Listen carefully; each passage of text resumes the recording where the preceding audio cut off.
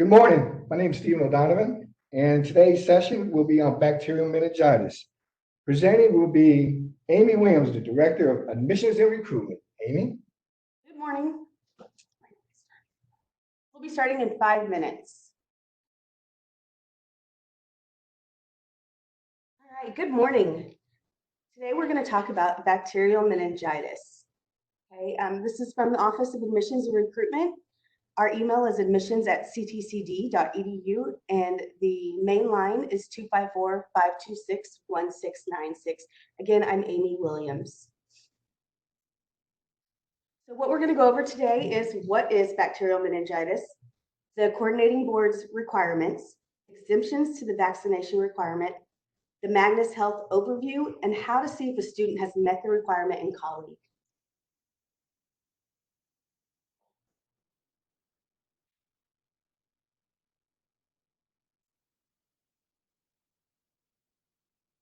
Bacterial meningitis is the most serious type of meningitis, and it can be deadly. Death can occur within a few hours, and up to 15% of people who contract the disease usually die within 24 to 48 hours. Most people do recover. However, permanent disabilities such as brain damage, hearing loss, and learning disabilities can result from the infection. Because this disease affects the meninges, which are membranes that surround the brain and spinal cord and protect the central nervous system together with the cerebral spinal fluid.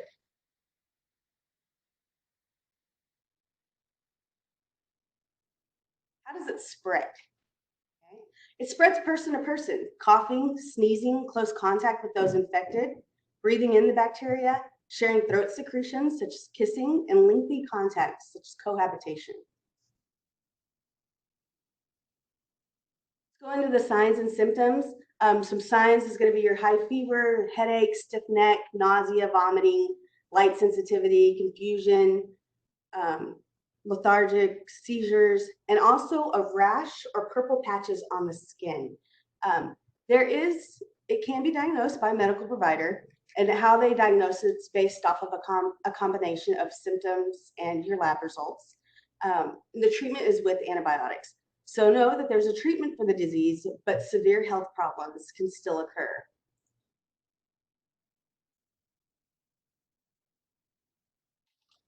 Why is it so common in college students?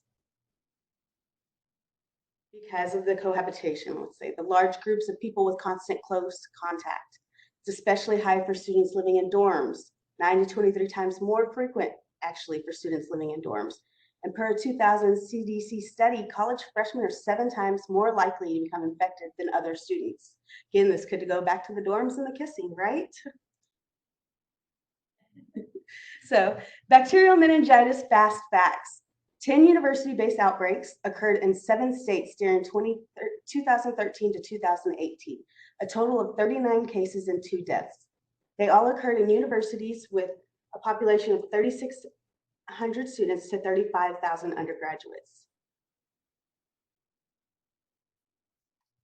So here's a chart of some of the universities with the cases and the deaths next to it, how many students they had, the complex of the strains. So we could see New Jersey, California, Rhode Island, Oregon, California, New Jersey, Wisconsin, Oregon, Massachusetts, Pennsylvania.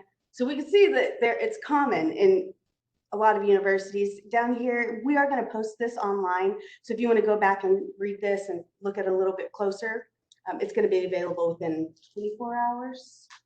24 hours. All right. So what are the state requirements? We have the state statutory and regulatory authority. The statutory is going to be the Texas Education Code, the Texas Health and Safety Code, and the regulatory authority is your TAC code, the Texas Administrative Code. Specifically Title 19, Part 1, Chapter 21, Subchapter T, Rule 21.610, which is titled The Vaccination Against Bacterial Meningitis for Entering Students at Public and Private or Independent Institutions of Higher Education. And again, since this is going to be available online, you can go ahead and click on these hyperlinks. So the requirements, okay, so effective January 1st, 2012, all Texas higher education college students are required to show evidence of the initial vaccine during the previous 5-year period. So the shot cannot be older than 5 years old. The documentation has to be received no later than 10 days prior to the first day of the student's term. So 10 days before the term begins.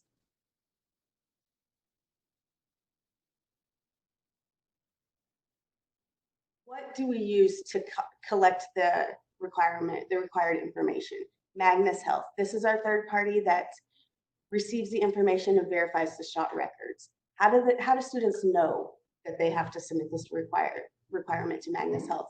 Well, the students are emailed a link to Magnus Health after they apply. Once they get the link, there is a link inside there that says create a password. Then the next one says answer requirement by uploading your required documentation. Requirements are approved within 24 to 48 hours. So if the student does not have an email from Magnus or doesn't have an account, contact us at admissions at extension 1696.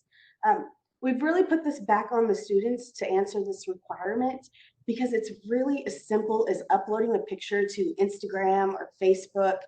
They just get it right at the front desk. They go in and they say, hey, I don't have that Magnus email. So we resend them their link to this website. They create the password, take a picture of their shot requirement, upload it, and then 24 to 48 hours. It's very simple. The evidence, okay? The evidence says it has to be a document with the signature and stamp of the doctor. So it also states that it has to include the month, day, and 4-digit year. Okay, so Magnus is really big this year on the 4-digit year. They are going to deny any shot records that do not have the year 2020 on it. So this is important. So if you are just having to look at the shot record and you see that it says just 20 on it, you have to send them back and let them know that it has to have 2020. It has to have the doctor's signature, something like that along it. It also can be an official shot record from the schools. So usually on the transcript or something like that, attached to the transcript, schools put the shot records. But again, let's remember that they have to be at least taken within the last 5 years.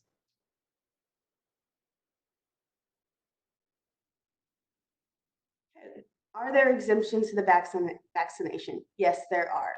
Okay, the student, if they're 22 years old, they are exempt. If they're enrolled in only distance education courses, if they're enrolled in continuing education courses, if they're enrolled in dual credit courses taught on the public high school, because students are required to receive this vaccine on their 11th birthday. This is why they are exempt from the vaccination, showing the vaccination here at CTC. A member of the U.S. military on active duty or a student that's incarcerated in a Texas prison.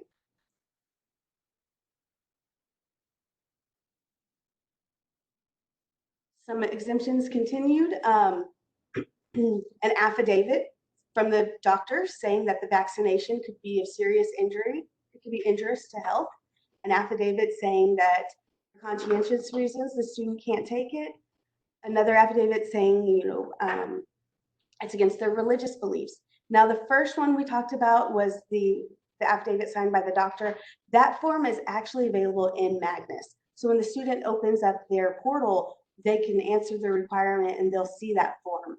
Now, it's important to note that these forms, and the later two, those forms are available on the website, the Texas Department of State Health Services. These forms have to be faxed or mailed into Magnus. Okay, they cannot be taken a picture and uploaded like the shot record can. So that's important to know. So that's going to take a little bit longer in the verification process. Also meaning the hold might be there a couple of days longer than a student that took the vaccination. How do we know if the student has a registration hold? Well, PERC is our Person Restrictions in Colleague. So we know that the student has met the requirement if they have a start and end date on the ABMH bacterial meningitis hold. Now, they have not met the requirement if there is no end date. So if you take a look at PERC, see these two, we know met and unmet. Now, if you have a student, they say, no, I submitted the shot record. Okay, just call us. Give us a call at admissions. and we'll verify it. We can log into Magnus, we can see if it was approved, and then we'll go in and end the date. But again, it's going to have to be approved by Magnus.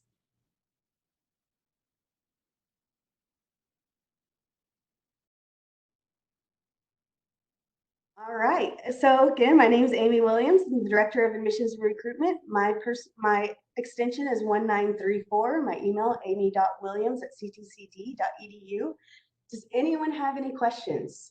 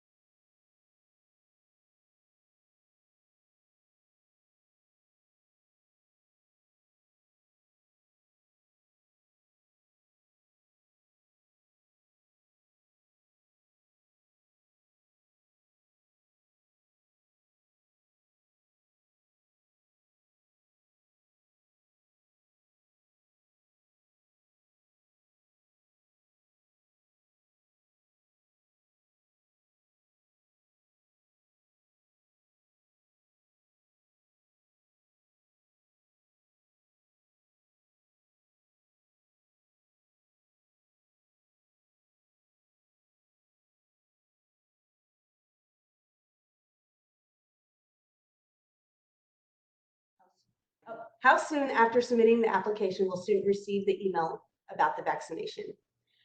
24 to 48 hours, as in business hours. So 1 to 2 business days, they will receive it. So again, on Thursday, if they applied on Thursday, they won't get it until Monday or Tuesday of the next week, because that's just how the imports go for our applications.